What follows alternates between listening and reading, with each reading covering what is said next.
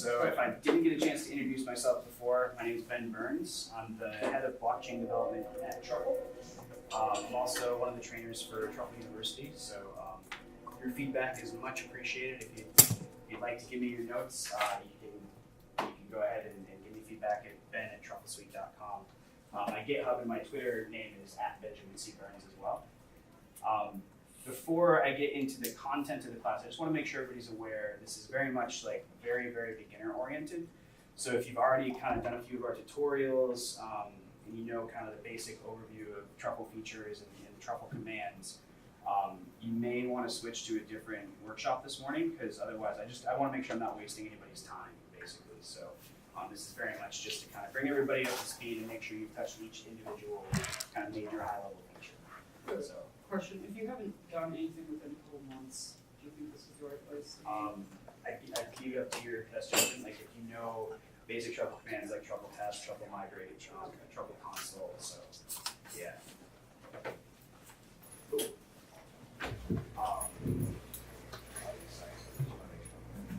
Yeah, it's pretty cool. That's all good. All right. So actually, before I get into Truffle, just kind of want to get a survey of the room here real quick, just straw poll, show of hands. Who here has done any work with Ethereum at all? There. Okay. Cool. Just quickly, like, what have you guys done with Ethereum? I just followed like an online class from Udemy, made a smart contract, and then just a little interactive front end. Cool. Awesome. I like making a bunch of little weird Ethereum toys, and I do security stuff, so it's a lot. I've done a lot of the capture flag stuff and all those. Awesome. Cool. Yeah. So and who here is like brand new to blockchain anything? All right. I mean, brand new to blockchain this. Fair enough. Yeah. Cool. So I think I'm going to start off just in case with a really good, just brief primer on what a blockchain is, just to make sure we're all kind of on the same page. So I'm going to end up using some terminology here.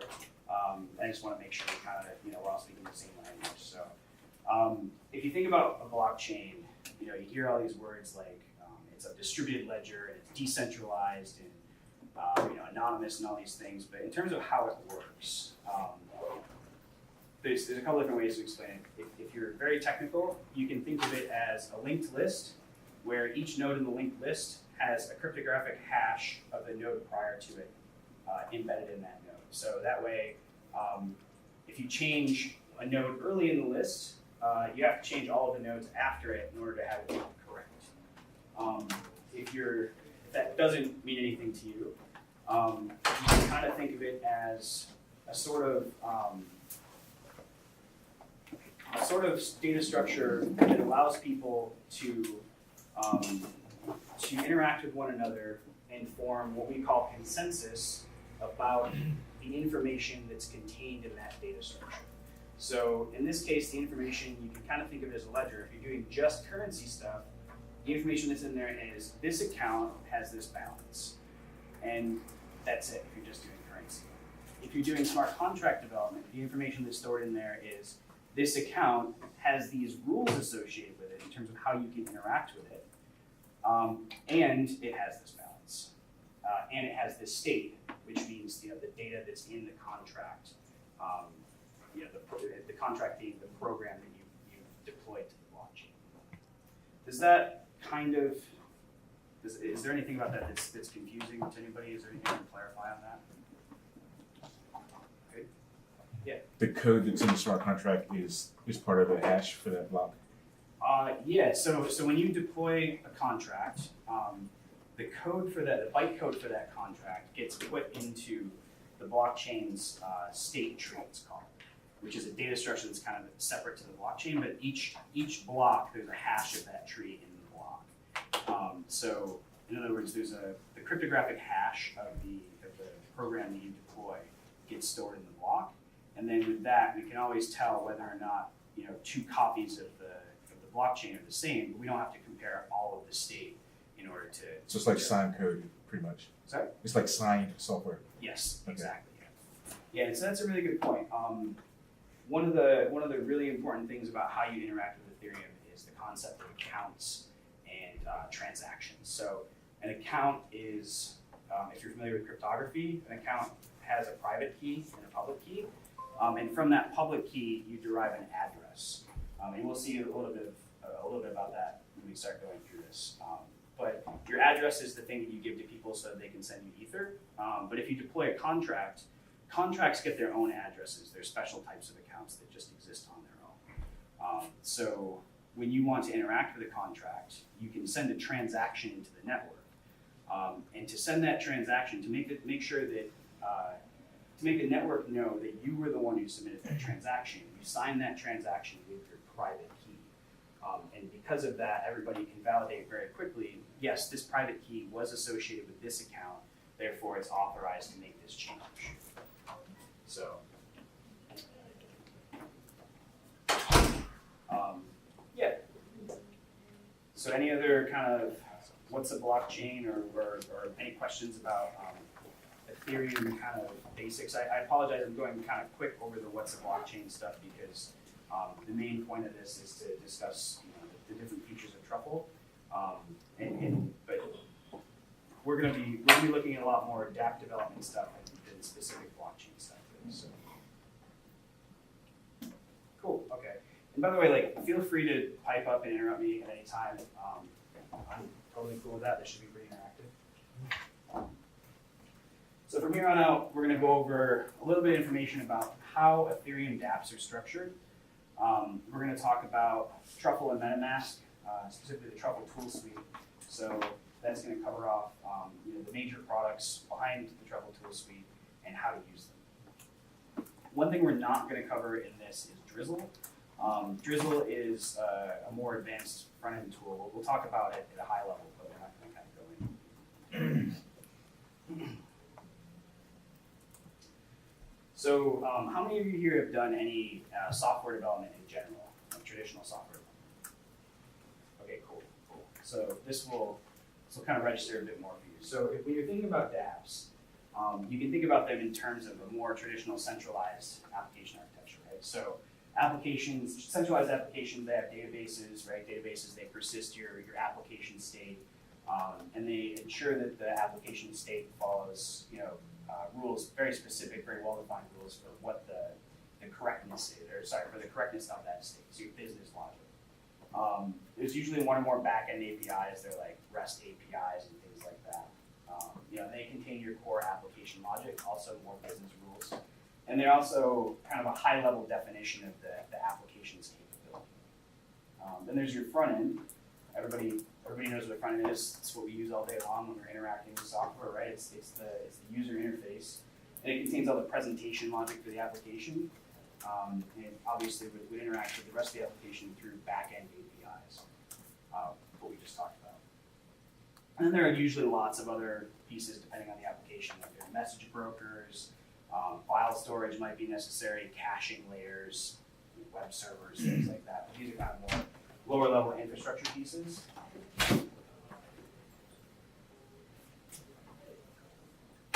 So if you think about decentralized application architectures, dApp architecture, in terms of traditional software architecture, things actually map over, for the most part, pretty cleanly. So the database is actually taken up by the blockchain, or more specifically, the state tree behind the blockchain. Your backend APIs turn into smart contracts. Your front end is still a front end, sorry. And there's lots of options for how to host that front end today. IPFS and Swarm are common ones, but honestly, most dApp developers today tend to use more traditional front-end hosting, so they'll deploy AWS, that sort of thing. So for message brokering, if you're familiar with message passing, there's a protocol called Whisper that's done by the Ethereum Foundation. For file storage, there's, like I said, Swarm or IPFS. And for DNS, or name resolution, we also have ENS, Ethereum Name Service. And by the way, Ethereum Name Service is just a set of smart contracts that does more or less what you'd expect DNS to do, but through different sort of interface. So the Truffle suite, the reason why we're all here today, right, is actually a set of 3 main products. There's Ganache, Truffle, and Drizzle. Oh, sorry, the projector is like duplicating itself in the bottom there. So Truffle is what we're going to talk about first. Truffle is kind of the main point of interaction for everybody who's using our tools. In a nutshell, it is meant to make your life easier. It's developed in JavaScript with Node.js. Using Node.js, you're not required to write any pieces of your dApp in Node.js, but the tooling that we've built Truffle out of requires you to have Node.js installed and know a little bit of JavaScript. All of Truffle is centered on really one command line tool. I'll give you a guess. The tool is called Truffle. You just type the command Truffle. But it contains numerous other node modules. For instance, Truffle Contract, which is a library that makes contract interaction from the front end very, very effortless. And it also lets people package and distribute Truffle boxes, which make getting started very easy. You can think of a Truffle box as kind of like project scaffolding, basically. It allows you to download a pre-packaged project that like has some blanks for you to fill in and get up and running much more quickly. Ganache. Ganache is your personal blockchain for Ethereum development. We're going to be using Ganache a bit today. Basically, Ganache allows you to create an instant Ethereum network on your own machine that allows you to do development and testing without spending any real money. It also allows you to test without having to wait on 12-second block times. So on mainnet, because of the consensus algorithm, the fastest we can mine transactions is once every 12 seconds. So we can mine multiple transactions in that 12-second block period, but we can't actually mine a transaction really any faster. I mean, statistically speaking, that's the average.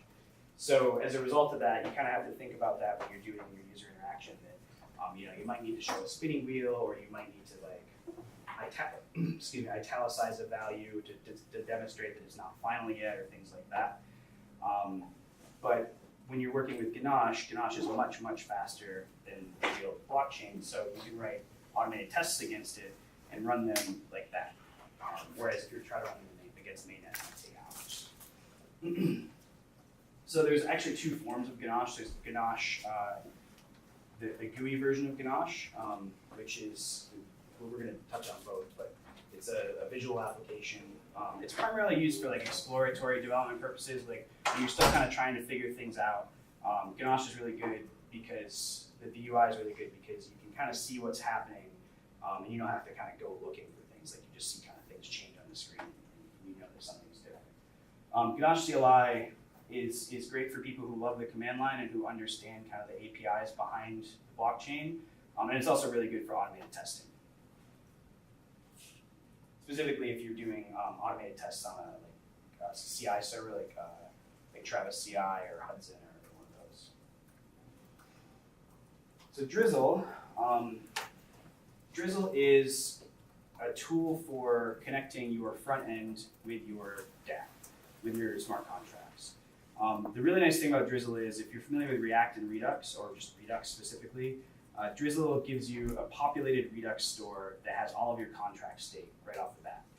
And it gives you a set of tools for interacting with your contracts that are very Redux friendly. So if you're looking for kind of a state management layer in your front end, Drizzle is the tool for you.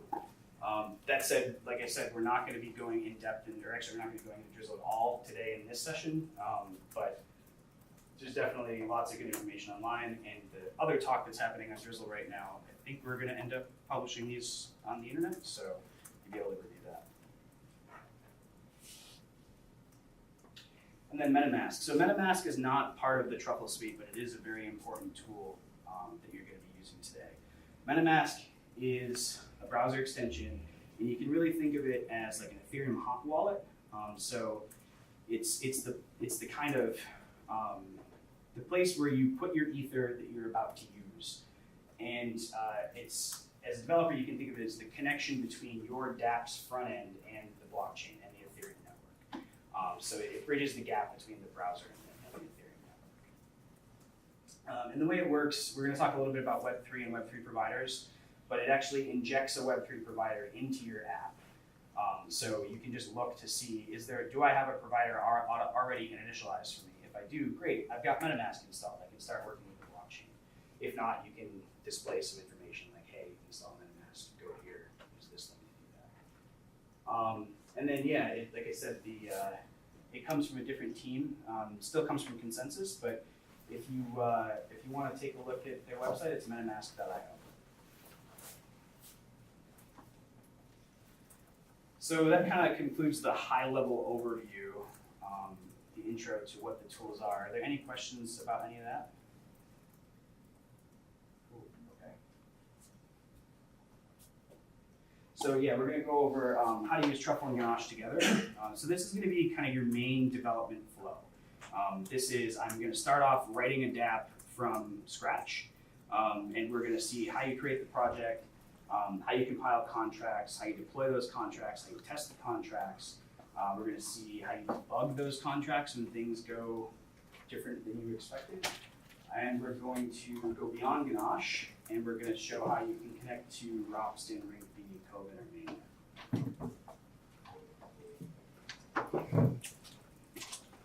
So this was on the screen when most of you came in. Hopefully you all had a chance to do this, but quick show of hands, does anybody not have a semi-recent version of Node.js? It'd be like Node 8 or later.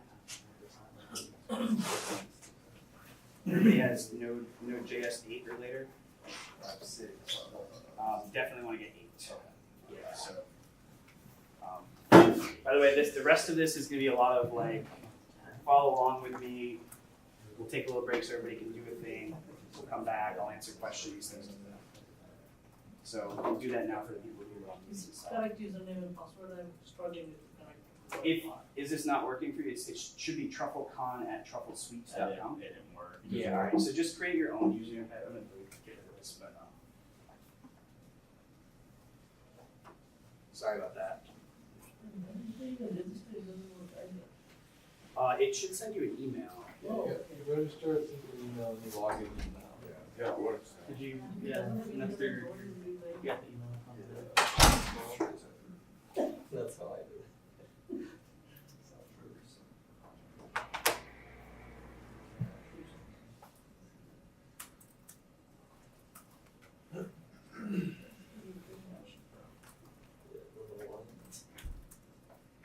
There you go.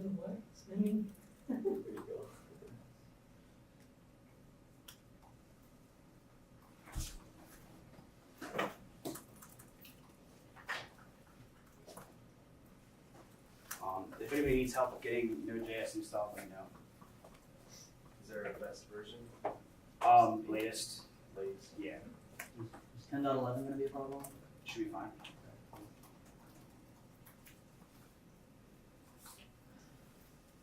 Yeah, Truffle 5, which is what we're going to be using today. We're going to be using the Truffle 5 beta. That's why we're going to do npm install sg truffle at beta. That requires Node 8 or later. All of our stuff is tested against the latest version of Node, so if you have the latest, that's What's the command to check your version again? Node -- version. You're kind of looping. Oh, no, yeah, you're right. What did I just do?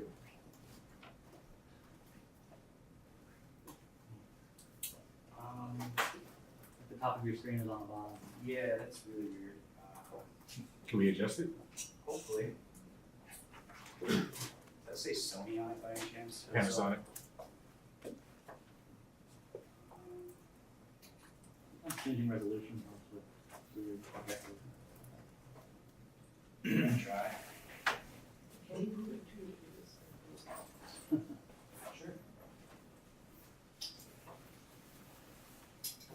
Sure. We have plenty of time, by the way, so yeah, let's see if I can get this actually working right. I apologize for that. Try just going to Google now. I tried, hit redirect. Because mine never never said that I successfully logged in, but then it just kind of let me start.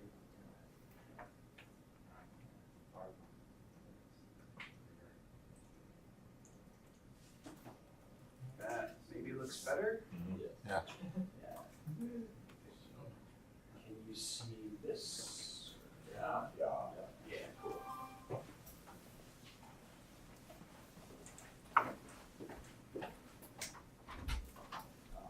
If you're not familiar with NVM, if you're doing an NVM thing, it's NVM node.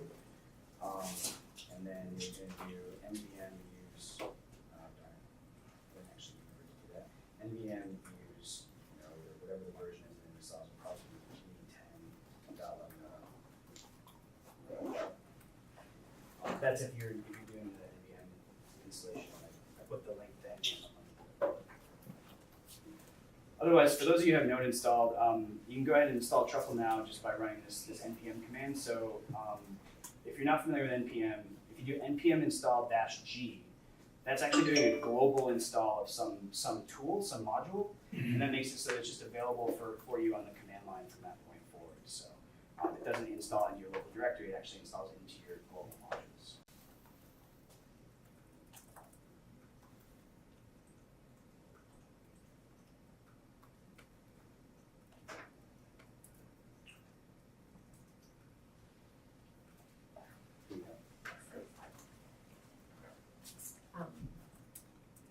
Oh yeah, so if you want to, if you scroll up here, did you run the, oh yeah, so you probably need to just log out and log back. Oh, okay. Or not log out, sorry, just close the terminal, open back up again, sorry. Oh yeah, that's fine, just session. And after you do NVM, does that do anything? Just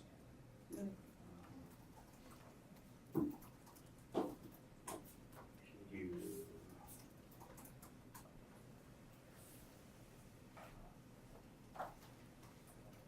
if you just yeah, if you don't mind, Yeah. just,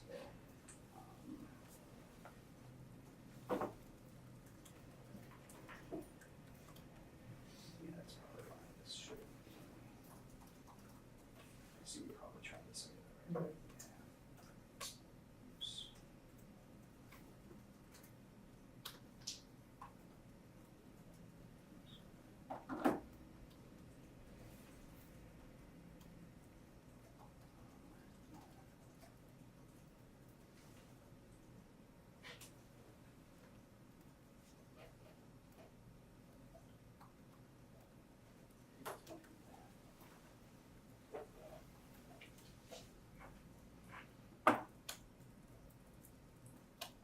There we go.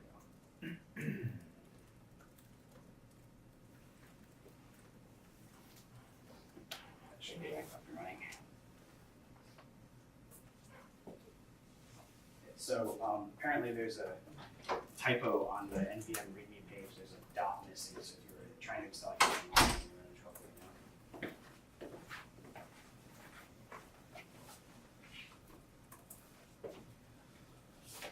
Is anybody still installing? No, you are, because I just installed it. It's still installing Truffle. Are we having trouble installing Truffle? I had a sudo because I had a previous version of Truffle. Okay. Yeah, sorry, most of my commands in here are gonna assume, I think this is the only one we're gonna end up doing a global install anyway. Oh, I lied, Ganache will be as well. So if you needed sudo to do this, you'll need sudo to do that. Otherwise, that should be the only thing.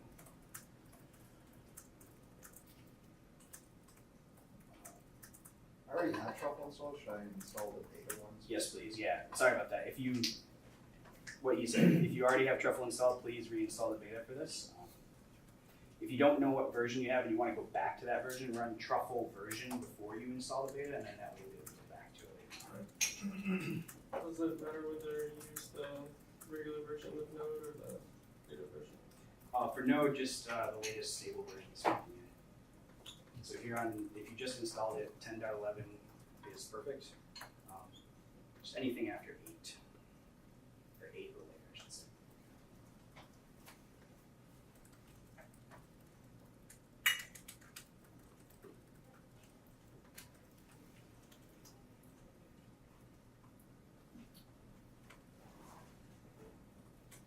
So quick show of hands, who's still installing?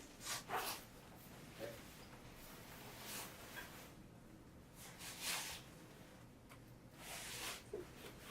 Peek over your shoulder. I'm scared of the internet working. Oh, I see. Gotcha. Do you, if you need, I can probably log you into mine and that might speed things up. Yeah, I'm just not getting a prompt for the, username and account on my laptop. Oh, not at all. If you just like, you go to Google and go to It's weird provided. must have resubmit it. I mean, it's working on my Second phone. email with a second password, or override it. That's one. Probably could put one beneficial, that's what you're doing. Out there, Right, trying it's to just figure still out working. what's going on with the network. Yeah, normally it does. Yeah. I figured powered off.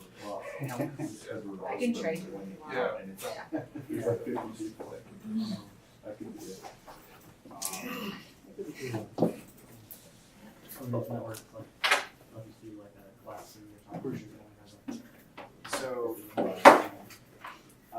yeah, I apologize, but I think everybody else is on, so if you can try to catch up, if you need help once you get it working, let me know. Yeah, no worries. Alright, so by now you would have had Truffle, you should have Truffle installed. One last check, anybody not have it installed yet?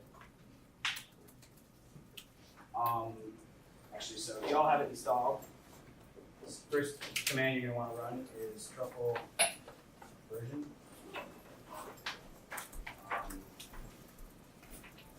Or Truffle help. And so if you run Truffle help, imagine that, it's helpful. You can go ahead and take a look at all the different commands that Truffle has to offer. The way Truffle works, the way Truffle command line works is you're always going to be typing Truffle and then some command there. So,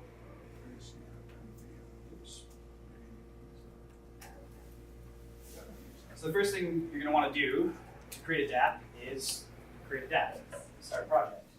So to do that, we're going to create a new directory for the project, switch into that directory, and then we're going to run truffle init. Oops. So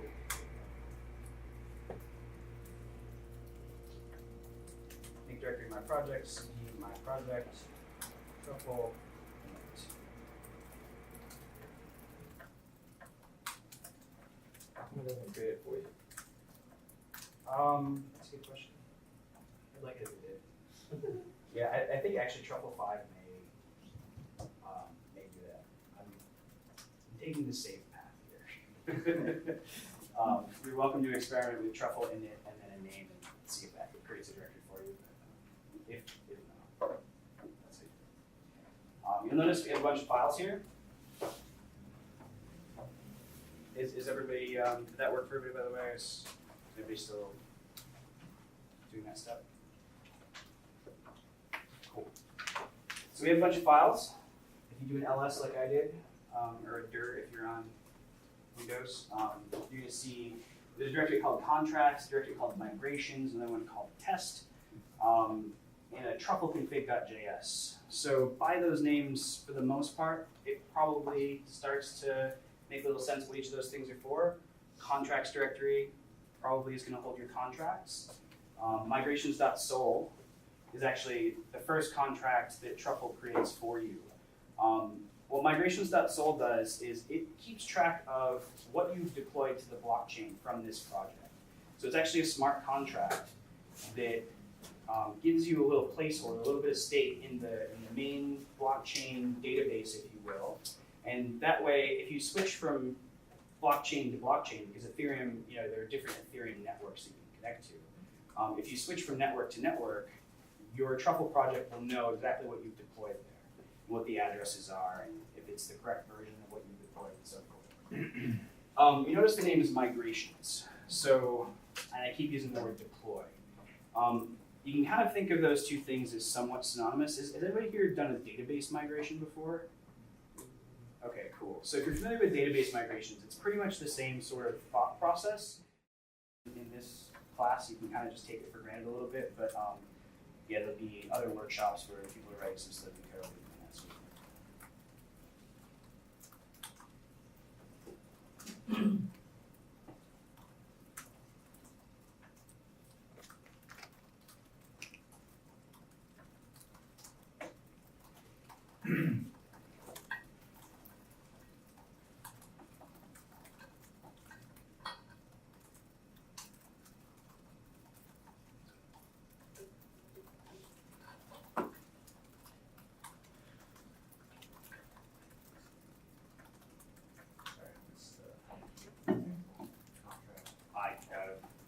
So you just create the file yourself. Oh.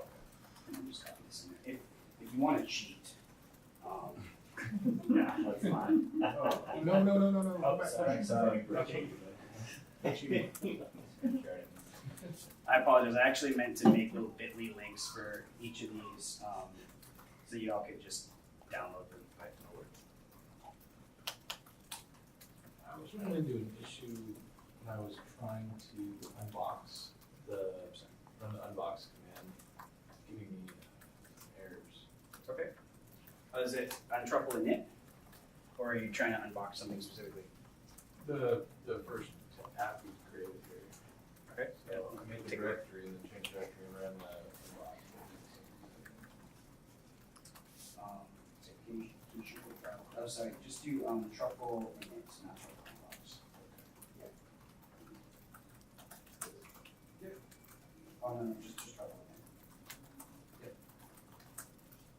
So that creates the product stack. Okay. Is there plugins for Visual Studio Code? There is one. Yeah. Wait, yes. You'll hear more about it tomorrow. Yeah. But yes. For Truffle or Solidity? There's a bunch of Solidity. Oh, Yeah. whatever this is. Yeah, Solidity is Solidity. Yeah, the VS Code support for Solidity is really good, actually. Yeah, sorry, I'm a Vim user, so one of those people.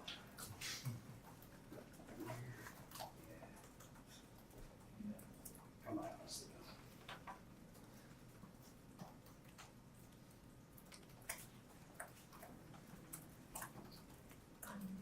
When I was consultant running, because it said, Oh, NPMs. but I did, Oh, NVM use. Or try NVM list. they were, 2 words. okay. And then enter. Just try NVM space use space node.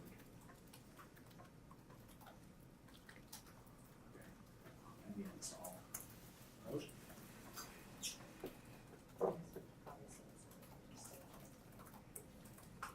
Just using something that's not really your path or something like that. Oh yeah, so just run this command. Just try to use that. Just copy and paste it.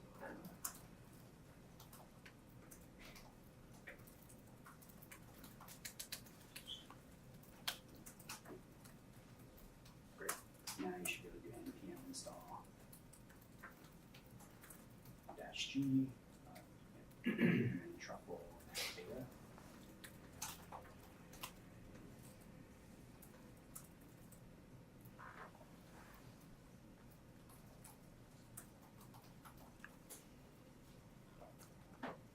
Cool. And then you should have truffle version out just to make sure it's working.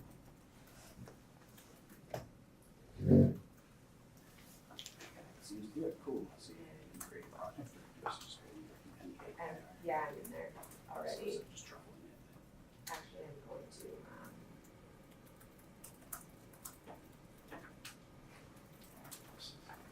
all the other stuff's in that. Okay, now you what? Truffle in it. Is that?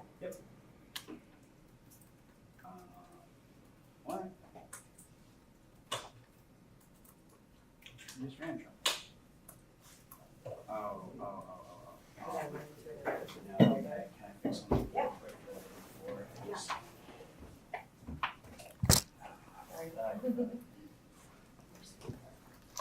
Sorry.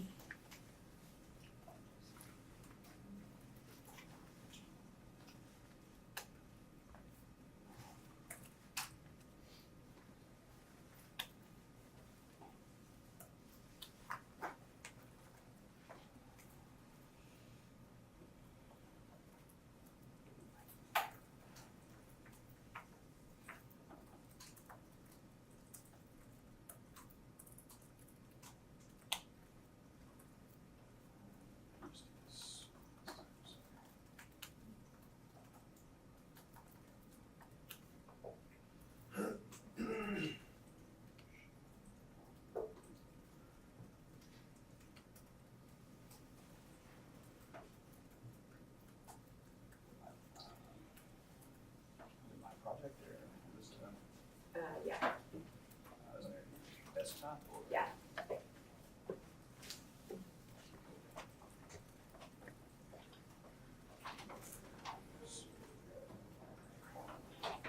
Oh, that's actually.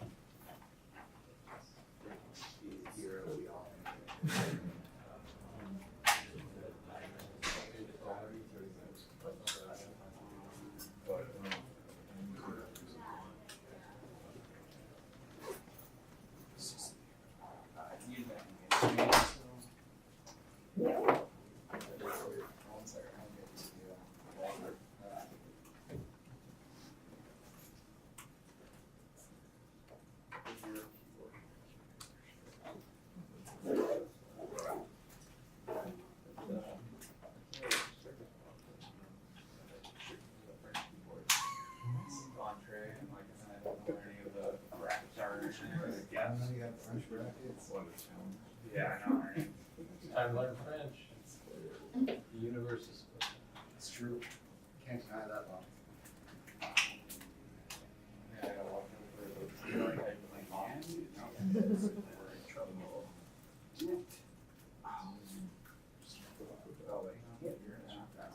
I've gotten pretty good at it, but it's you gotta like I feel like Netflix and I'm working for English keyboard. But once in a while I'll go for some keyboard. There, but yeah, great. Okay, thanks. I'm gonna help you out with this, just because so you can catch up to it quickly. Oh, yeah. But then you still have to remember everything.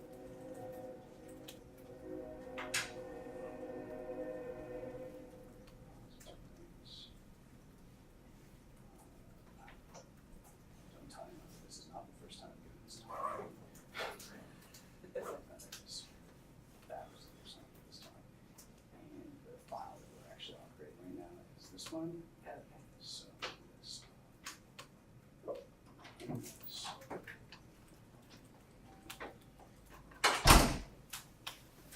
Does it have one of the silicon? The fat enters that like you two lines. Oh, yeah, it is, yeah.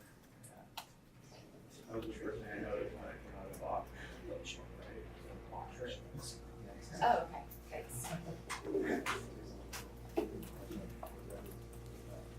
Is there anybody who's still copying this down? Okay.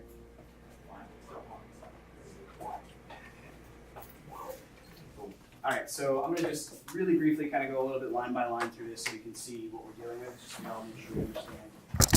Interrupt me if you have questions or if I confuse you about anything whatsoever. There's no bad questions. So first line, pragma solidity. This tells Solidity what the minimum compiler version is that you need to use in order to compile this contract. It just basically speeds up Solidity's error checking and whatnot. So if you're using a newer feature with an older compiler, they can just tell you, yeah, no, that's not me. Get a new one. Contract, example contract. Well, as you might imagine, that's defining the name of your contract.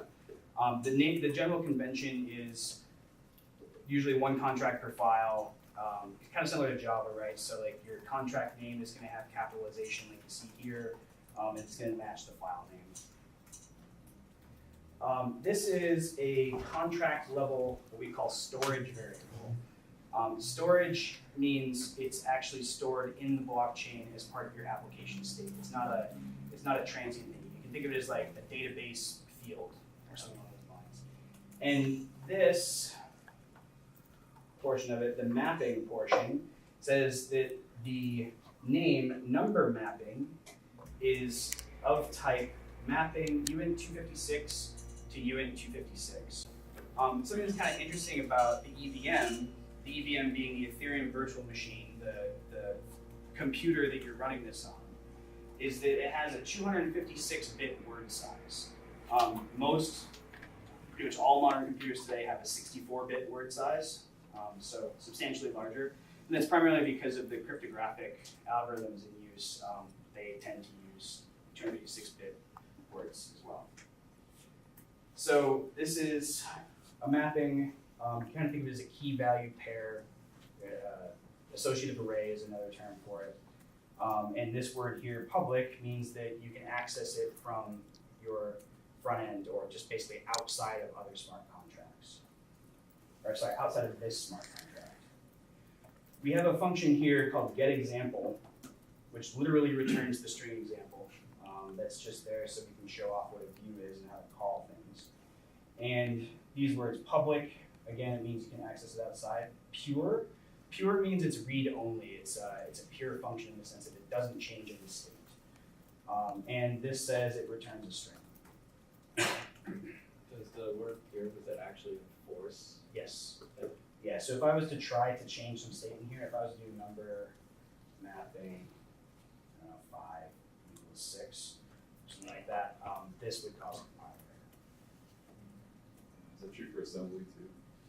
Yeah, assembly, isn't it? I don't know. We would throw an exception, I think, that the EVM would figure out. Yeah, I mean, what I do know is that, actually, I don't know that for certain. What I think happens is the ABI, the artifact file that gets created, actually indicates that the function is pure as well. So I don't think you can actually run a state changing transaction anyway at that point. I don't know for certain. It's a good question. Try it and see. Yeah. So another function, this is the one we're going to be working with the most. This does change state, and it just exposes the mapping. So if I give it, the first argument is going to be my key, the second argument is going to be the value. So anything I write in there, the key is going to get stored as value. It would be pretty simple to write a view function that returns a number as well. In fact, based on the syntax here, you can probably figure out how to do that. But you also notice we have this if block here. And that's so that we can try out the debugger later. So if the key equals 42, we're going to revert. Revert, let me back up from that. Who here knows about gas? Who here doesn't know about gas, actually? Cool, okay. Good question, whoever said it. So if this is something I skipped over before, I apologize. So gas is a way of tracking the amount of computation that's done when you're running a transaction. So Ethereum is a world computer. Whenever you run a transaction against an Ethereum network, every computer that's participating in that network runs the transaction in order to validate that the result is correct. So that gets expensive, right? That there's roughly 15,000 to 20,000 computers on any given day that are making up the Ethereum mainnet. If every single one of those computers needs to run a transaction, that's a fair amount of electricity expenditure. It's important, right? So you can imagine that if you were to write a function that's like, while true,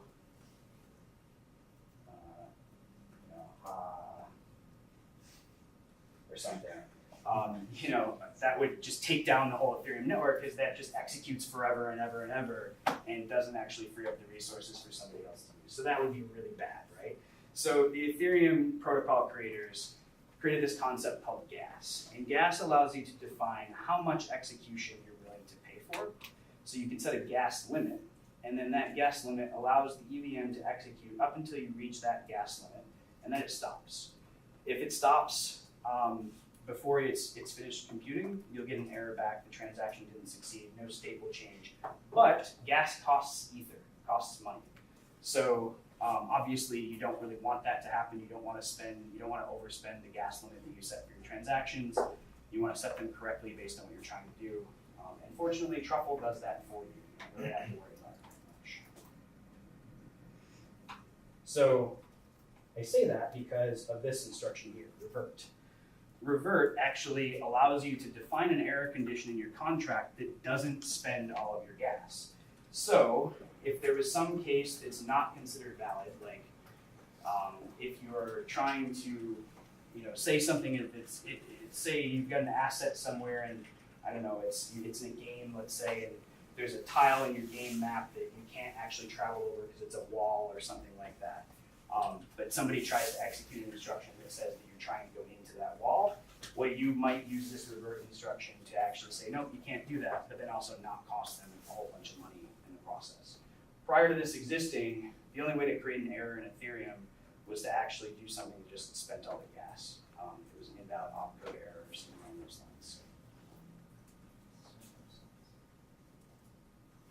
So this is our first contract. And what we're going to do to compile it, Truffle compile.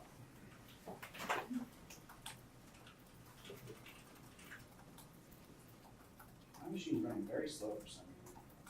Was that file in the contracts directory? Yes. Yes, just to be fair, it's Are you currently? Oh, you're currently. Oh yeah,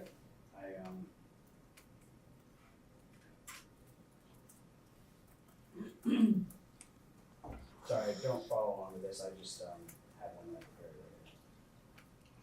Oops.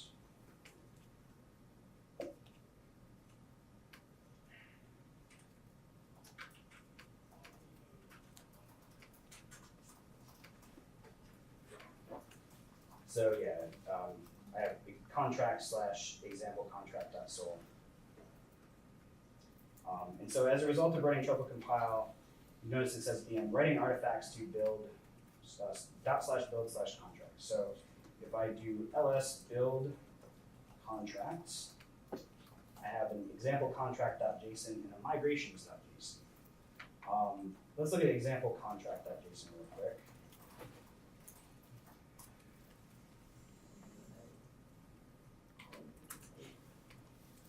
So there's a lot of information in here. Obviously contract name. The first thing you need to see is what's called an ABI. You probably all heard the term API, application programming interface. ABI stands for application binary interface. So it defines effectively a binary level API for how programs can interact with each other. It's the machine readable version of a human readable API. Yeah, I was an error when I did Truffle compile.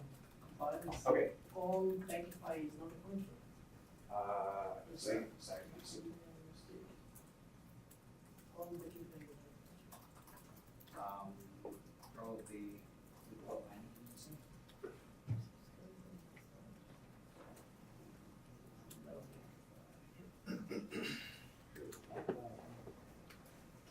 that's weird. And did you do npm install -g truffle at data? Yeah. Can you just run truffle version for me? So I get the type version.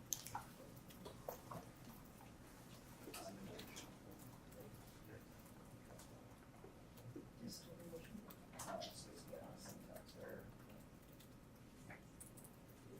That one, yeah, that's really strange. Can you just run it one more time, please? Sorry, trouble compile.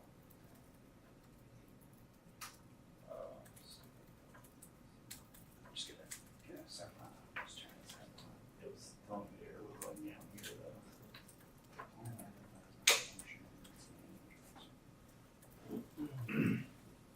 That's really weird. I can check that for a second. Sorry.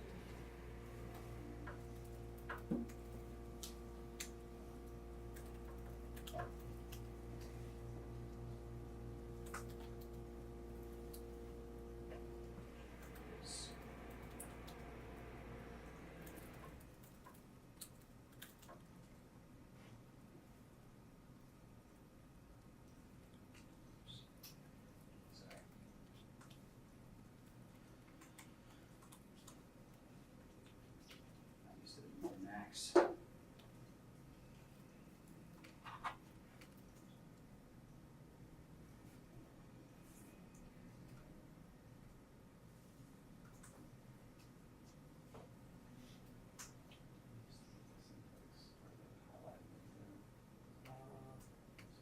Actually, yeah, it was, I feel like I have one.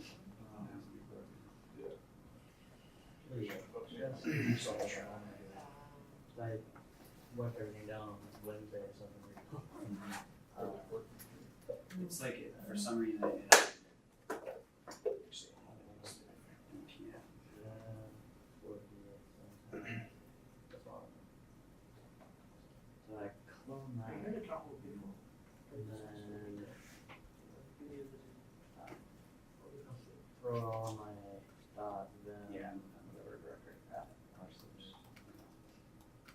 actually in the Vim directory, just copy the bundle. Whatever, when it works. Yeah. I guess there's like Vim package managers, but I don't use that. So they have an finishes Bundle and plug. try it. Hopefully that works. I'm not incentive with dependency code missing or something like that. It's broken, yeah, and usually when it's a problem that like only one person or group is experiencing, it's a problem with your environment in some way. Rather than a bug with Truffle, it could be a bug with Truffle. It's just like install. Hopefully that fixes it. If not, feel free to look onto somebody else. Using the Solidity and Enter JS code was completely freaking out. Alright, so the ABI, we just discussed that. The next thing that's going to be in here, if you wanted to look through the structure of the ABI, feel free. But, this is mainly meant for contract libraries, libraries that interact with your contract to basically be able to learn the shape of your contract so that they know what they're calling out to. Exist. Sorry? Still exist. You try npm install -g callbackify, but I don't think that's going to work. It's not the. Is it like an old node or something? No, it's not. It's not. Yeah, that's really strange. When I changed my version of Node, I had to install Truffle again. I'm just going to see if I can get somebody to come in and help you out.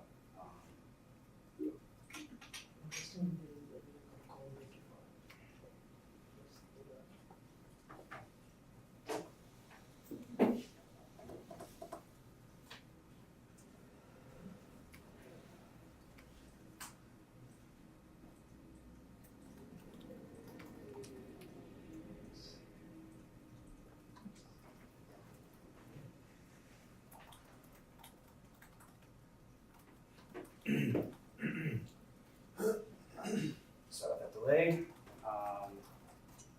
There's of course the bytecode for your contract that's going to be in here. And I don't know the exact reason why we have bytecode and deploy bytecode. I apologize for that. Mainly this file is intended for use by Truffle libraries, but I kind of just want you to understand what information is in here, right? So there's a source map which kind of helps our debugger to understand what lines different functions start on and things like that. Something differently with the Truffle version because my old smart contract I had written even yesterday, this table of Truffle, that is what's playing. If you want to try installing the not beta, I mean, you'll be able to follow along with that. It just won't work exactly as you won't see the exact same output. And things like that. It actually encodes your contract source in here, the path to your contract, the abstract syntax tree. That's also for our debugger. I'm going to skip ahead. Hey, whoa. So this is Nick. Nick's the head of development tools for Truffle. This gentleman here is running into a problem with his Truffle installation, not being able to find callbackify. This way. And so you're going to notice in here there's a networks key. This is basically, this helps Truffle keep track of the addresses that it's used, that it's created for your contracts once we've done a deployment. So after we do a deployment, this is going to be populated with a network key, and then below that network key, there's going to be an address for your contract. So we'll see that in just a second.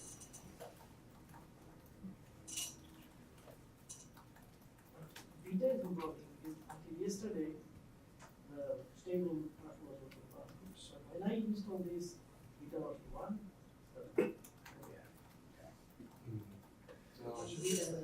So Ganache is going to be our next step. Now that we've created a contract, compiled the contract, we need to deploy that contract somewhere. Like I said at the beginning of this, Ganache gives you an instantly spun up blockchain that runs really, really quickly. It runs on your own machine. So that's a great first deployment target for you. So if you want to use the GUI, you can download that GUI from the URL above. If you want to use the command line tool, you can go ahead and get the command line tool by installing it the same way we install Truffle, npm install -g Ganache CLI. I'll take you on a little tour through the GUI version, but we can also, I'd probably recommend for this class to just go ahead and use the CLI version. But do please check out the GUI version as well. It'll be very helpful during development. So Ganache is part of Truffle? Ganache is one of the products under the Truffle suite. So the Truffle people work on Ganache stuff? Yeah, in fact, I was actually, Ganache, I was brought in to maintain Ganache originally. I like the name change. Does it work on anything other than Windows? Yes, yeah, are you on Christini? Or Crouton? Yeah, yeah. Yeah, so you should be able to get it on Crouton pretty easily. Okay. I'm only seeing the demo. Oh, yeah, that's true. Yeah, oh, sorry, if you're on Crouton or Christini, probably just use the CLI version for sure. Okay, yeah, I've been using the CLI version. I want to check out the graphical.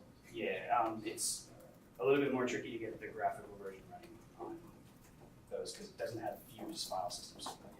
And it's distributed as an app image, which makes use of a virtual file system. Okay. There's also a Docker container, a Docker image out there for the CLI version if you want to run it as a server. So the Truffle Suite Docker org. Why is there not a JSON file that's created in the init? Because we don't necessarily want to force Node.js on you. So the question he just asked for the rest of you, when you create a new Truffle project, why is there no package.json in there? And it's just, we don't want to force you to use Node.js or JavaScript for your dApp development. So you're welcome to do npm init and create make that directory a Node project. And most people do that. Most of our other boxes actually do that. But all the tooling is in Node already, so. It is, yeah. But none of the dependencies that the tooling requires actually need to live inside the project. Right. So, Package.js a node then? yes, yeah, it's like your Node project description. So while you're getting Ganache installed, I'm going to take you on a little tour of the Ganache GUI. I don't know why it looked like that. That was weird. Just pretended it didn't. Alright, so when you run the Ganache GUI, this is the first thing you're going to see. This is our account screen. Each of these addresses on the left-hand side are the addresses that Ganache creates for you. Each one is populated initially with 100 ether. That's a lot of ether to use for development and testing. So you can go quite a long way with that. If you need more ether for your accounts, you can set that in your settings. But for 99.9% of cases, you're not going to have to mess with that at all. You're going to see up here a mnemonic. The mnemonic is, you can kind of think of it as a generator or like a pseudo-random seed that generates private keys. So what that means is your mnemonic, if somebody knows your mnemonic, they can learn your private key. So your mnemonic needs to be kept safe. However, if you're using Ganache for development purposes, you can use a mnemonic that Ganache generates for you locally. Just make sure you don't use it on mainnet. When we cover how to use MetaMask, we'll see using the mnemonic a little bit more. The base HD path, that's a more advanced thing. If you're familiar with hierarchically deterministic wallets, you'll need that to interact with other things that are using hierarchically deterministic wallets. The mnemonic is another part of the hierarchically deterministic wallet scheme, but generally if you're working with Ethereum, this is the default HD wallet path, so you don't usually have to worry about this. And then gas price and gas limit. So we talked about gas. Gas is accounted for as just a counter, so you just kind of accumulate gas as you're computing things. And then the gas is actually multiplied by the gas price that you set in your transaction. So you can kind of think of your transaction as like a bid in an auctioning system, where you're saying, I want to run this bit of computation, and I'm willing to pay this much per unit of computation. And so now if you're a miner, if you're one of the people that's out there solving the block hashes to actually create new blocks, you get to get paid out based on how much computation you fit into your block. So naturally, you're going to want to choose the amount of gas usage times the gas price that gives you the maximal reward. So what that means for you as somebody who's submitting a transaction is if you need a transaction to go through quickly, you're going to want to set a much higher gas price. So if you want to know based on current network conditions what gas price to set, F gas station.info will give you that. And you can see there's like safe low, standard price, things like that. They're all expressed in Gwei or Gigawei. Wei is the lowest, it's the smallest piece of Ethereum. It's the smallest piece of Ether you can transmit. So it's like the equivalent of the penny, effectively, in the US dollar system. So Ether is, I think it's 10 to 18 or something like that Wei.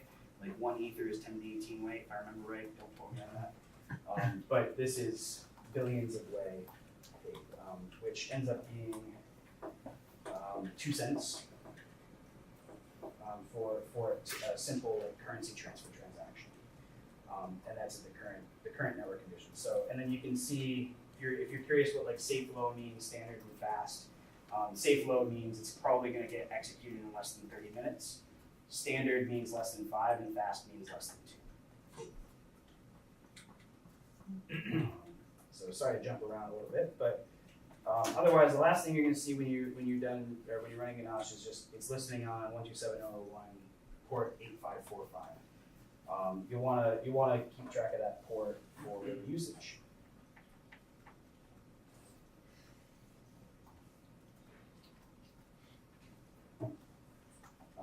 So to connect Truffle and Ganache, this is actually going to be done inside of your Truffle config file. So you're going to edit your Truffle config file so it looks like the one up here, except it's going to be port 8545 because we're using Ganache CLI. So go ahead and do that now. I'll show you mine. And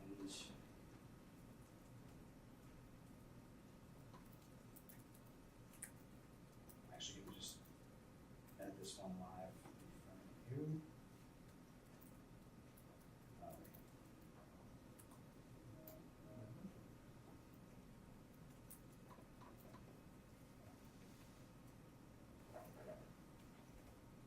So we have this networks key. Inside of the networks key, there's just uncomment the development network. And now this has the network configuration we need to connect with Ganache.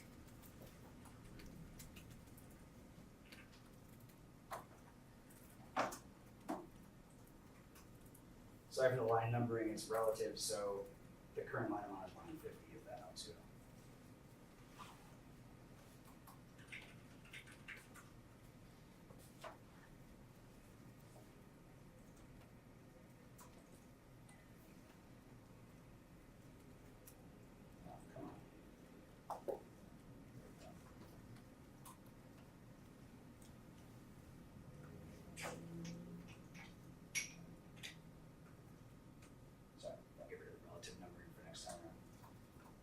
And you're still copying this down?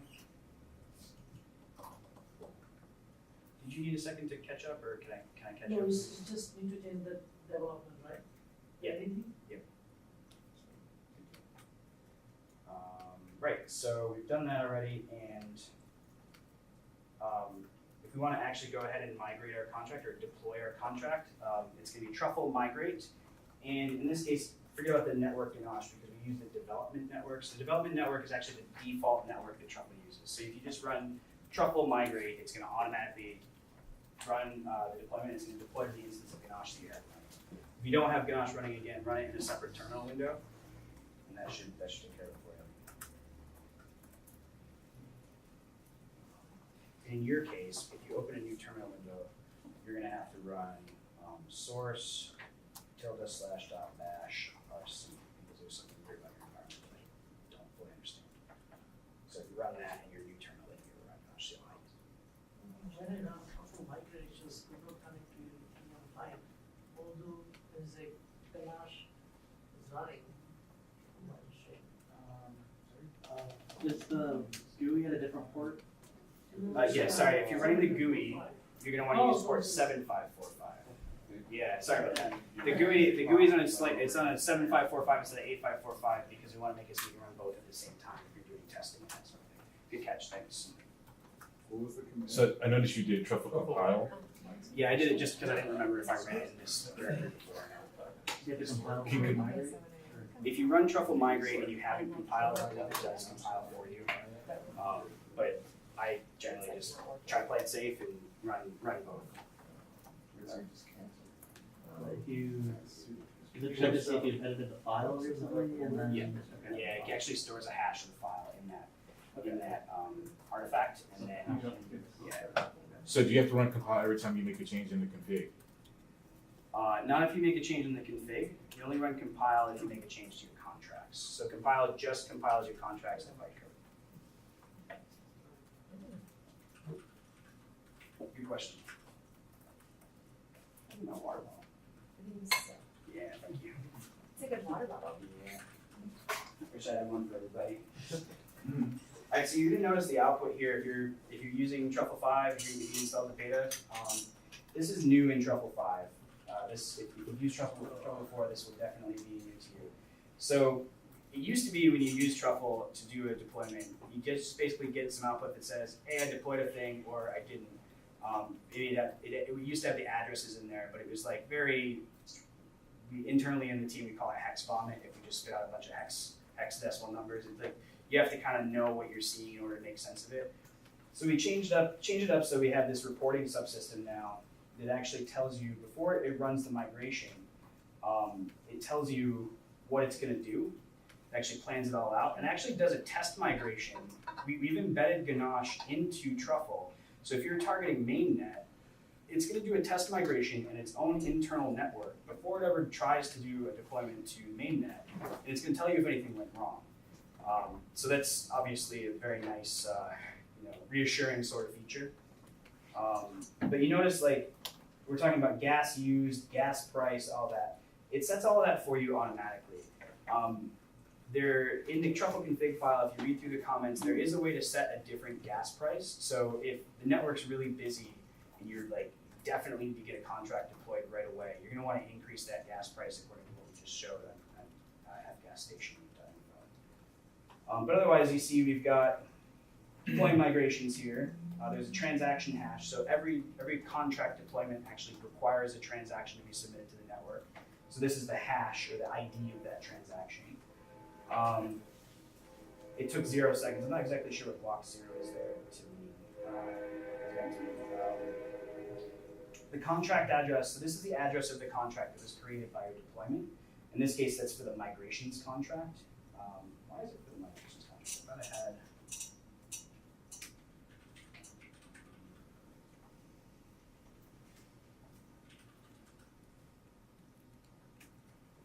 Apologies, I thought. Oh, right. Haha, I skipped a step. Sorry. So actually, this is a really good learning experience. So we've only deployed the migrations contract so far, and that's because I didn't tell Truffle how to deploy our example contract. So common pitfall, if you're trying to, if you just written a contract and you don't have the ability to interact with it, make sure you've written a migration for it. Because if you haven't written a migration, it's not going to deploy. But I'll just finish this little segment here about migrations. So you can see the account that it was deployed from, the current balance in that account pre-deployment, the amount of gas that will be used for the deployment, the gas price you've set, the value sent. So you can actually, when you deploy a contract, contracts have a constructor, just like if you're used to object-oriented programming. And in calling that constructor, you can actually assign value, literally send ether into the contract so that contract has some initial funding to work with. So if you set it up that way, you'd see how much ether you transmitted into the contract on this line. And then finally, it tells you the total cost, which would be the amount of ether you transferred into the contract plus the gas times the gas price. And then once the dry run's finished and there were no errors, it's going to go ahead and actually run the real migration. So that's what these lines are. And it just confirms that the final price that was spent to actually do the deployment. So that way you can be absolutely certain that, yeah, you can see we did what we thought we were going to do. So back to migrations though, because I was silly and I forgot to do that. Like contracts, you write migrations into your migrations directory. There's already an initial migration in there. In the process of doing this, if you find that you have a more complex migration that you want to do, like you have one contract that needs to reference another, or something along those lines, and you've got some asynchronous actions to carry out, this is kind of how you go about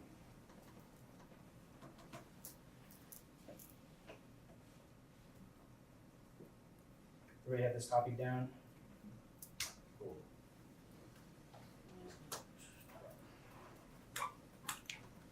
did you use that? Yeah.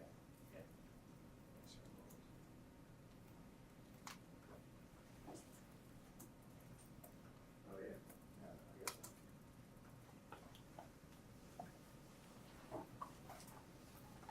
I got Okay.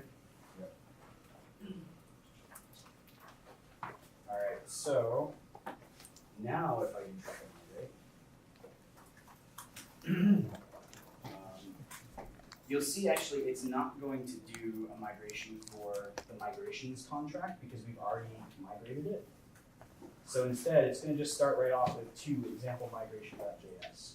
And now we're deploying example contract. Again, this is the transaction hash for the transaction we submitted to deploy the contract. This is the newly created contract address. This is the account we're deploying it from. And then this was the total cost of Ether down here that we spent in order to deploy the contract. And sure enough,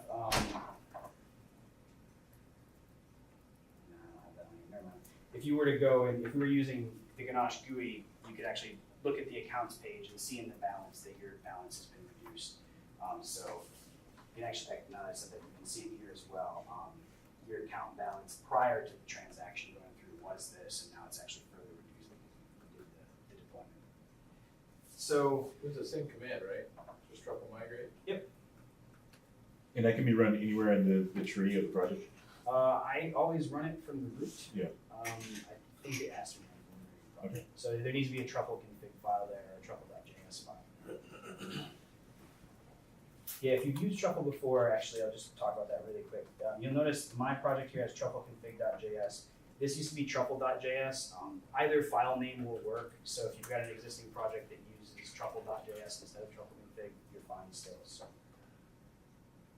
Is one more newer or standard or likely to be deprecated? truffleconfig is the newer one. The problem we're running into before is that on Windows would try to execute your truffle config as the truffle command, and pain ensues. All right. So, up next is testing. Now that we've deployed the contracts, we're going to want to interact with them in some way. Obviously, we want to make sure that they're correct, right? So, there's actually two different ways to write tests with Truffle. You can write your tests in JavaScript, or you can write your tests in Solidity. So if you are familiar with JavaScript and you like the Mocha test framework, great, you can use that, and we'll show you how to do that. If you're familiar with Solidity already and you want to write unit tests in Solidity, you can write test contracts there. We'll go through each of those here. But to actually run your tests, as you might imagine, like the other commands that we've run, just type truffle test. Truffle will find your tests, it'll run them. They'll tell you if there are errors, things like that. All right, so JavaScript testing in Truffle. Like I said, it's built on top of Mocha. So if you're familiar with Mocha tests, or sorry, if you're not familiar with Mocha tests, the way Mocha tests are written, you'll usually have like a top level describe function, and then nested within that you'll have test cases that start with it. So it's an it function, you pass a function into that. That function is ran, and that's your test case. So you'd say like describe my contract, and you'd say it should not do a thing when this other thing happens, or something like that. And then your test case is written as a function inside that it function. You'll see it in a second. Except in the case of Truffle JavaScript testing, we use the word contract instead of the word describe. And contract, mainly the big difference there is that it gets you a list of accounts right off the bat, so you can specify an accounts argument that will be populated by Truffle for you. You can reference those accounts. That way you don't ever have to hard code an account. That's really important. If you're ever using Truffle to write dApps and you find yourself copying an account out of your artifact file and pasting it into some code somewhere, you're probably doing it wrong. You're probably missing out on an opportunity to use the Truffle artifact resolver and Truffle's network configuration management, and potentially making your contract, or sorry, your dApp more brittle than it needs to be, or less portable than it needs to be. So similar to the migration stuff, we're going to use artifacts.require to import our contract, and then we're going to write our actual tests using the git helper just like normal Mocha. So you can kind of, I'll put the example up here and you can copy it.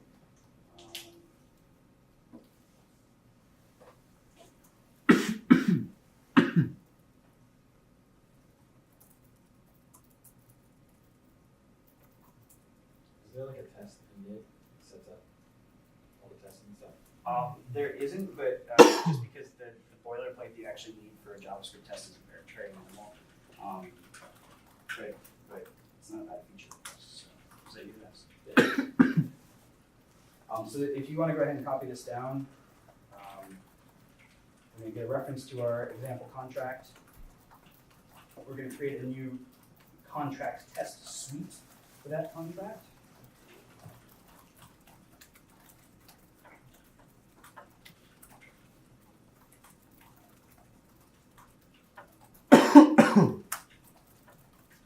You notice here is where we are passing in the accounts. So Truffle just calls that for us and passes in the accounts.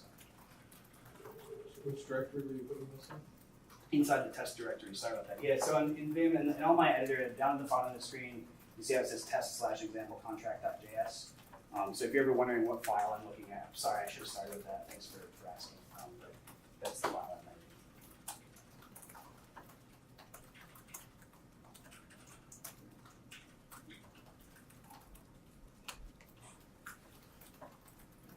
So you're, oh, okay. Yeah.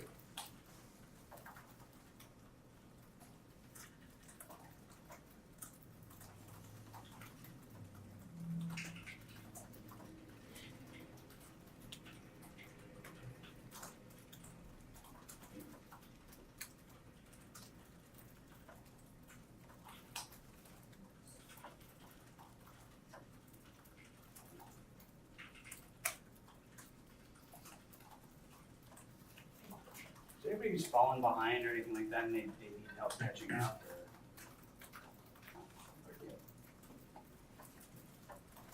Yeah, basically.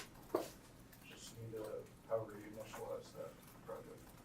if you just create a new directory and then enter into that directory and just type truffle int, INIT. And the completed example I'm looking for, if you want to get, you can open it up in GitHub. I'll look at that. It's just, yeah, it's go to Benjamin Seaburns. You need the transaction hash for the debugger to know what transaction you want to go back and debug. So I'm using the term debugger a little bit loosely here. Technically what we have isn't actually a debugger, it's technically what you'd call a trace analyzer.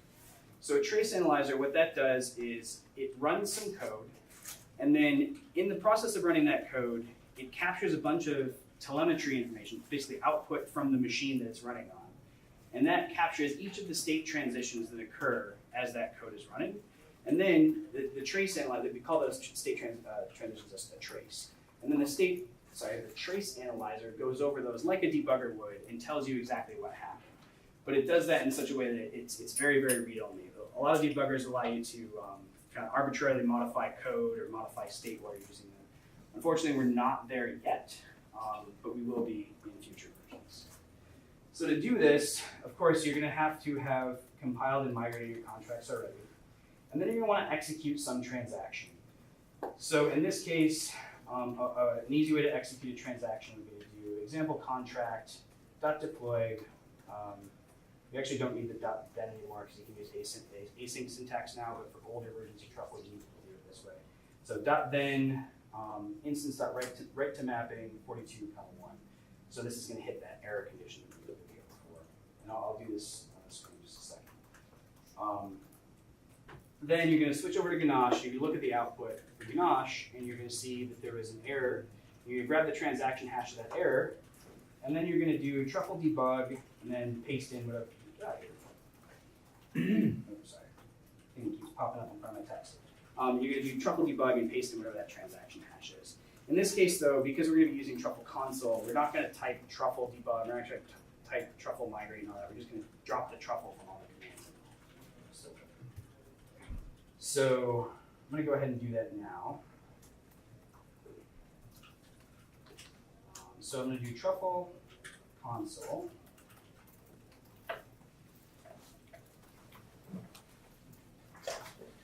And then I'm going to copy and paste them. Actually, let instance equals example contract deployed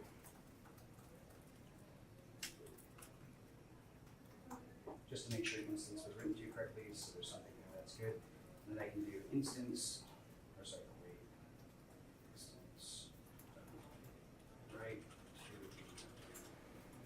42. So what I did before was I got a reference to my deployed contract, the contract that was actually deployed into Ganache. So now that I have that reference, that's this instance variable here, I can just call the write to mapping variable, or sorry, function, on that contract, and I just pass it the arguments I want to pass it. So now when I hit enter, I get back some error, right? So VM exception while processing transaction, revert, the key to the universe does not belong here, right? So that's that revert string we saw on the floor. Like I said, there's this Truffle 5 beta, so we haven't added the transaction hash output to this step yet. It will be, I believe it will be in the Truffle 5 full version. But in the meantime, if we switch over here to Ganache, Ganache actually shows us, the next version of Ganache, by the way, is going to have the revert string in this output, but it shows us we've run a transaction, there was a runtime error, it was a revert, and this was the hash of that transaction. So I can go ahead and copy this. How do you get that instance? I think I missed this up. Oh, I'm just running it in another. Yeah, edit TruffleCon. Oh, sorry, yeah. I'll just. So let instance equals await example contract out.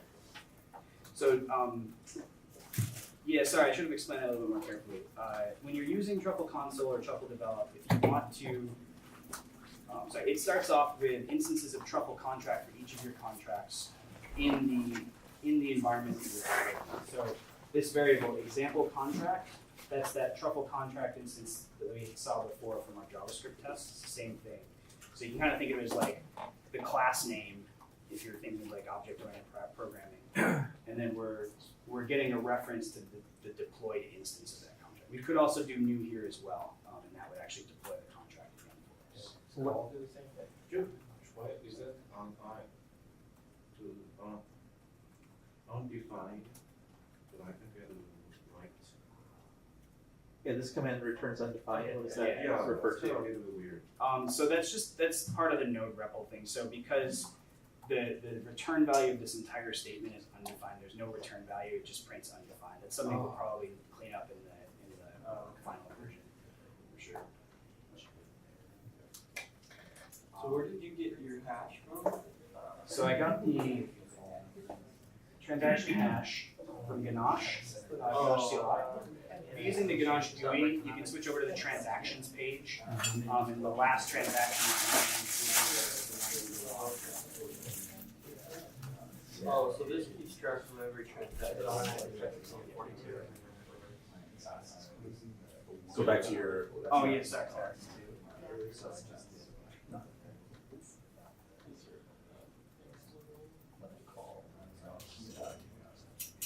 So I want to copy that hash. Yeah, you'll copy the hash. And so to actually run the debugger, we're gonna do debug and oops. Sorry. That's the correct argument. Debug and then I paste the hash and give you the correct error. So you were passing in 42. I was, because 42 is causing an error.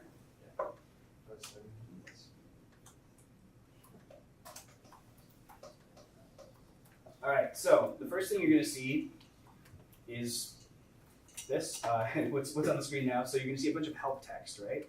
This kind of is, the way you interact with the Truffle debugger today is analogous to like if you've used GB before. It's a textual interface. There are these commands that you can use, so you can type enter to repeat whatever the last command was, O to step over. If you're, is there anybody who's not used a debugger before, like graphical debugger or GB? So you know what it's like step over, step into, step out, and all of that. Cool. So O to step over, I to step into, U to step out. The really important command that you want to memorize is H, because you can bring this back up and you just type H and then you'll see all of that. You can add a breakpoint. So in this case, if I go ahead and take a look at my contract source,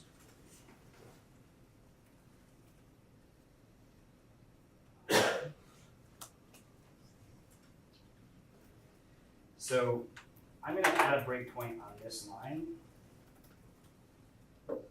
So that's line 11, right? In order to do that, I'm going to type B. So B example contract colon 11. Now it's going to just add a breakpoint at line 11. And I can just continue until that breakpoint. If I wanted to, I could just keep stepping, right? But if that's like deeply nested somewhere in the code, obviously that's going to take forever. So don't do that. Just add a breakpoint and continue. How do you get it to the debugger? So I'm in Truffle console right now, and to actually enter the debugger, I did debug and I pasted the transaction hash. If I wasn't in Truffle console, I would just do Truffle debug and then paste in the transaction hash.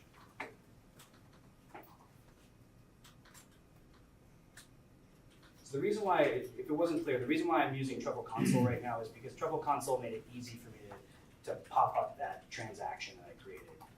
It just lets me create arbitrary transactions if I want to very easily.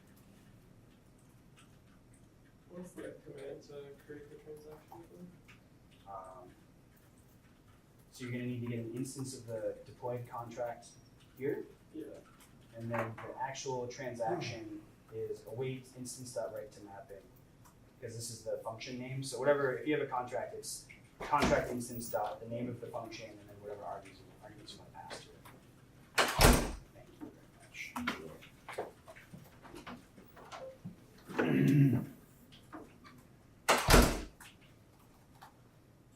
So now that I've added that breakpoint, I can just continue. And you're going to see, oh, hey, we stopped here. We're at if key equals 42. So there's a bunch of things I can do. I can hit V, and that's going to just tell me all the variables that it knows about. If I wanted to add a watch, if you're not familiar with a watch is just, you want to keep a variable around and keep inspecting it every time you change something. So if I wanted to add a watch, it'd be colon V, or sorry, colon, whatever the key is that I want to, or the variable is I want to watch. So key in this case is the variable I want to watch. Key is the argument that's passed into the function that we're debugging. So it's write to mapping key value. So now every time I do something, well, in this case I just screwed it up. So I'll just run that real quick. Sorry.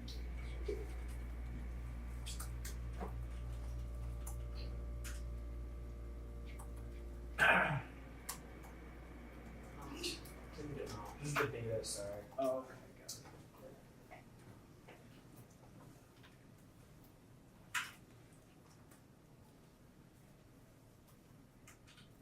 And so now I'm going to step into this if block here. And so we evaluate each sub-expression as well, so you might have to step a few times. So I just hit I for step into, and then I can just hit enter and it'll continue to step.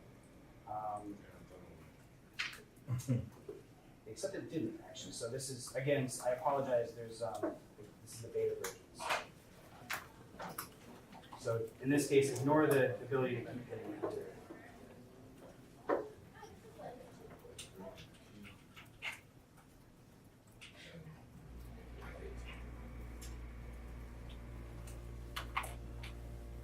Is there are you familiar with Fry? Sorry. Like Fry? No. PRY? Yeah. So it's a Ruby tool, and then it got copied over to Node.js as well. Okay. And you can just stick a line of code anywhere in JavaScript, and then you run it, and then it just stops execution right there. So you wouldn't have to do all this, essentially. It's just crazy. Good. Let's talk after, because I'm not sure what you mean by do all this, but we're low on time, so I want to so sorry, before when I said to add a watch, you do colon. It's actually plus colon, so the plus means like add this to your watch and then whatever comes after the plus is the watched thing. So what's actually kind of cool as well is I can do some arbitrary expressions here. So if I wanted to, I could do key plus 5, and I could add a watch for that. Anyway, so I'll step into this, and now you can see we're evaluating the expression w equal 42. Step into that, and of course, every time I step, we've got, these watches are printed out. And now, finally, we get to our revert statement, and it's very clear to us, oh, hey, look, we branched into this if statement. Because the value of key was 42, that caused us to branch into this if statement, and that's why we hit the revert. The thing about the debugger right now is, obviously, it's a text interface. If you're not used to using text interfaces, it can be a little bit cumbersome. We are working on improving that. There's some graphical debuggers coming soon. In particular, the debugger is actually written as a library. So you can kind of think of this version of the debugger as like our reference implementation of it, to give other IDEs and tool maintainers the ability to integrate the debugger with their own tool. So it's still early days yet, but if you really, really need a debugger, this is the way to get it. When you watch 2 plus 5, what does that do? I was just kind of demonstrating that you can write an arbitrary, actually it's an arbitrary JavaScript expression there technically, but either way, it's going to evaluate that for you, and it's going to show you whatever the result is in that evaluation. So in this case, it's taking the value of key from your contract. In this case, it was passed in by the transaction. It's just adding 5 to it because I can, more or less. But sometimes it's very useful to do because, like, if this if statement was if key plus 5 equals 42, then I can just watch key plus 5, and then I don't have to, maybe I sneak it arithmetic, and I don't have to keep adding. And so finally, when I step through the revert, we get this transaction halted as runtime error. I'm not sure how many of you were following along with that yourselves. If you were, did any of you run into any issues that need addressing or no? Cool. Good to see you, by the way. Let's see, what's up next?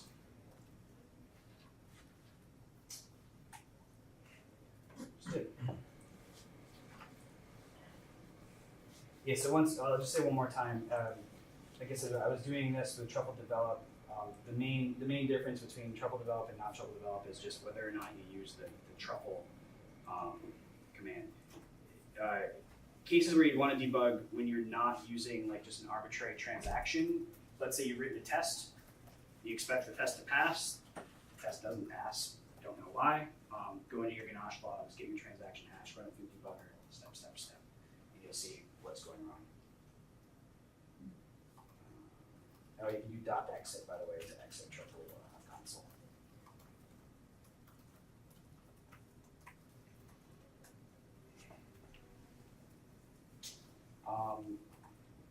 Right, so I'm going to skip over this just in the interest of time. This is kind of just to like show you that you can debug with Truffle Develop, but it's basically the exact same thing we just covered. So there's Truffle Develop, Truffle Console, and then the Truffle command are the three main ways to do it. All right, so I do want to talk about this though. So at the very beginning, remember we connected up Truffle and Ganache. What we were doing there is we were telling Truffle how to create an instance of what's known as a provider. And that provider actually provides a link between Truffle in this case and the blockchain. So that provider needs to point at what we call a node, which is an instance of a server that maintains a copy of the blockchain. And we need to tell that provider, of course, how to reach it. The provider interface is actually really, really simple. It's a JavaScript class. It has one method, and that method is called send. You can give that method a JSON RPC request, and you provide it with a callback, and it will call back the callback with the result of the JSON RPC request that was run. So that is to say, all of the interaction between your application and the blockchain happens via a well-defined JSON RPC interface. If you want to see that JSON RPC interface and what the full API definition is, showing bookmarks bar here. You can get it at the Ethereum wiki, so github.com/ethereum/wiki/wiki again/JSON-RPC. And all of the different RPC methods are defined here with their parameters, their return values, and some examples so you can kind of exercise things. So really, once again, just to kind of drive the point home, these providers that we're creating, or that Truffle creates, they're exercising that API, they're using that API. So I'll just show you quickly once again.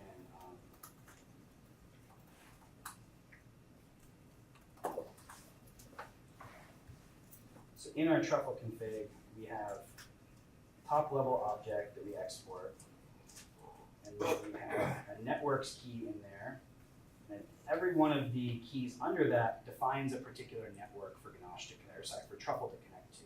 So in this case, the development one is kind of the default network, but if I wanted to create one for like Ganache UI, let's say, I could do this and I could change the port to 7545.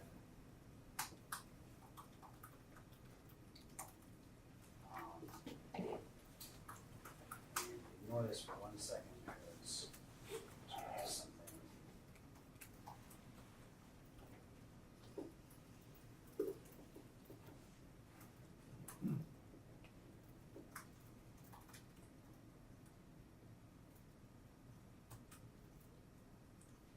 I just had to hack my configuration because I had Ganache running on the same port.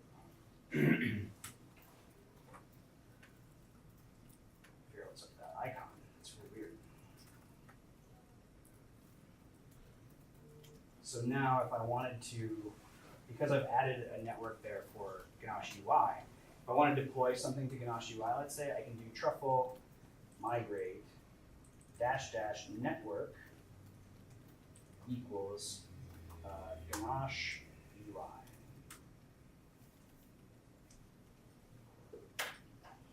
And so whatever key I named the network in that config file is what I specified there. And I broke something. I didn't like that. 1 sec.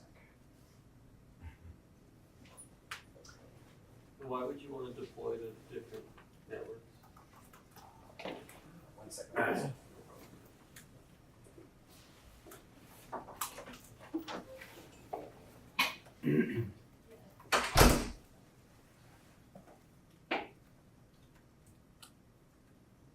Sorry, because this is JavaScript, it didn't have the dash there. I thought it was a minus sign. So why would you want to deploy to multiple networks? So as an example, the typical development flow you're going to follow is you're going to write contracts. You're going to deploy them against, say, Ganache or Truffle Develop or something like that. And you're going to run tests, and you're going to say, yeah, I think that's good. The next thing you're going to want to do after you develop your front end, and you're going to develop your front end against Ganache and whatnot. So again, all one network. But like nobody can use your local Ganache. Ganache isn't Ethereum mainnet, right? So the next thing you want to do is find a test net like Robston, for instance. And you're going to deploy that test net. So you create an instance of that Truffle configuration, network in that Truffle configuration called Robston with pointing at a Robston node. You deploy to that target, right? And then you point your front end at that target as well. Test it out there and make sure things work. You're still not spending any real money to do that. Things are working there, things look good, then you deploy to mainnet. And mainnet itself is also another network configuration. So this -- network argument is in pretty much all of the Truffle commands, and that's how you choose a network. And all networks, just to circle back to the provider, all networks are reachable through some provider. So what that means is like, if you have some customizable functionality that you want to add, for instance, when we go to do a deployment to mainnet, we need something to sign our transactions for us on mainnet, right? Truffle doesn't know anything about your keys. So one way to do that is to have your own local node and to have that node operating as a wallet and make it so that node is aware of your keys. You can lock and unlock your keys. It's actually kind of not very secure. It means you have to have very good network security because it's actually a stateful sort of API. When you unlock your key, anything that goes in to send a transaction can then actually send a transaction that's signed by you And if there's somebody else on your network, they could be like trying to send some transaction out as you, and just keep trying until your key gets unlocked, and then they actually send it out before you send the real transaction. That's happened before. People do ask for that. A better way to do it is to submit the transactions to the node already signed. And so a way you can do that is to use a special type of provider. So that's what this slide's all about, basically. What if we use a provider which intercepted our unsigned transactions and replaced them with signed ones? So there's a provider called Truffle HD Wallet Provider. And you can get Truffle HD Wallet Provider by doing npm install truffle-hd wallet-provider. We're not going to go through this as a follow-on sort of thing, just due to time. But if you do that, inside of your configuration, instead of specifying under your network key, instead of specifying host name, port name, network ID, all of that, you just pass it a provider. So in this case, we pass it a new instance of HD Wallet Provider. We'd specify whatever our mnemonic was, and then we'd specify the URL that it's going to reach out to, the URL of the node's RPC front end that we're going to reach out to. So previously, when we were using Ganache, that was just localhost port 8545. If you're using Infura, Infura is Consensus's service for allowing people to access the blockchain without actually running their own nodes locally. So you can just point in Infura, mainnet.infura.io, and you're off to the races. You're operating on mainnet. So you just switch out that one URL and you're good. Which file is this JSON all about? This is inside of truffleconfig.js. Yeah. One thing I'll say about this though is I notice a big flaw when I see this. The big flaw I see is, remember what I told you about mnemonics at the beginning of the class, right? Mnemonics are, you might as well treat them as though they were your private key.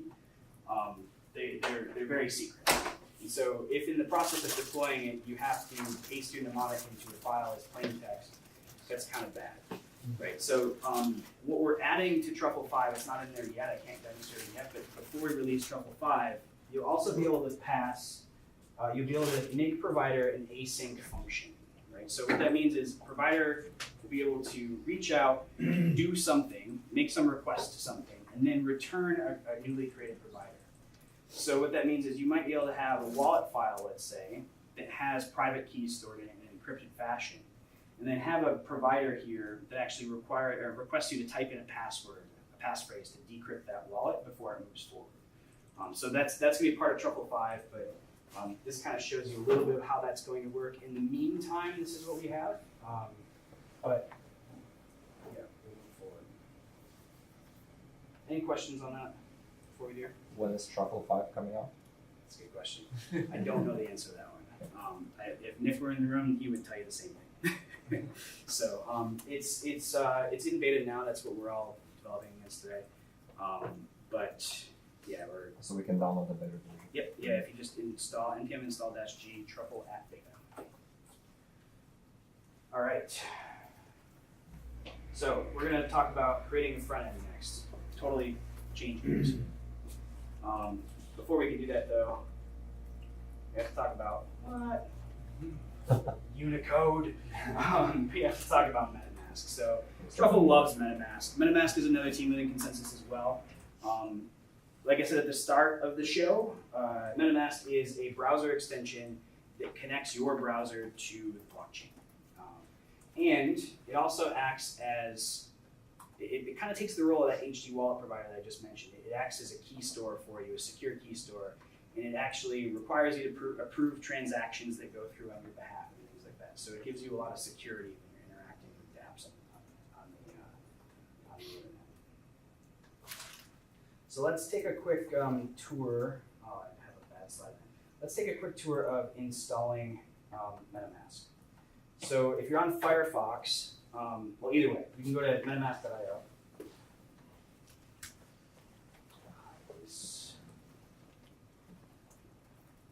And so, yeah, if you're on whatever browser, it's going to say install the browser extension. It does browser detection, so usually that link is right for your browser. And I actually already have it installed. It's just disabled. So in my case, I'm going to click enable this item that you would click install here and approve it. So one thing that's really important, if you go to the Chrome Web Store or the Firefox Extensions Marketplace or whatever it's called, and you search for MetaMask, every now and then somebody gets cheeky and they try to publish a fake MetaMask, something that actually would steal your keys. So again, the best way to get MetaMask is to go to MetaMask's website, metamask.io, and click the link through there, and that will make sure that with 100% certainty that you are on the right, not fake MetaMask. You're getting the real deal. So. And the Brave browser has it built in already? I believe it does. Yeah. It does. Opera does too now. Oh, it does. Or It's still an extension of they did announce that they're like supporting blockchains now by Oh, really? default, so I assume that meant they had. That's news to me. So the first time you run MetaMask, I'm trying to remember how I reset it. The first time you run it, you're not going to see what I'm seeing right now. You'll see something similar to this though. I think you have to reinstall. Yeah, To reset. Remove and re-add. I'll do that. Either way, yeah, let's do that actually. If you just follow the on-screen prompts, actually, it's a pretty straightforward installation process. The main thing that they're going to have you do is they want you to write down it's going to generate a mnemonic for you, and they're going to want you to write that down someplace safe. And then they're going to want you to prove to them that you know it by solving a little puzzle that shows that you know it, that it tests you. So in my case, and actually in our case, we're going to skip over that. I don't know if you can skip over it the first time, but to skip over it, what we're going to end up doing is you're going to click the little fox here, and at some point you'll be able to import using account seed phrase.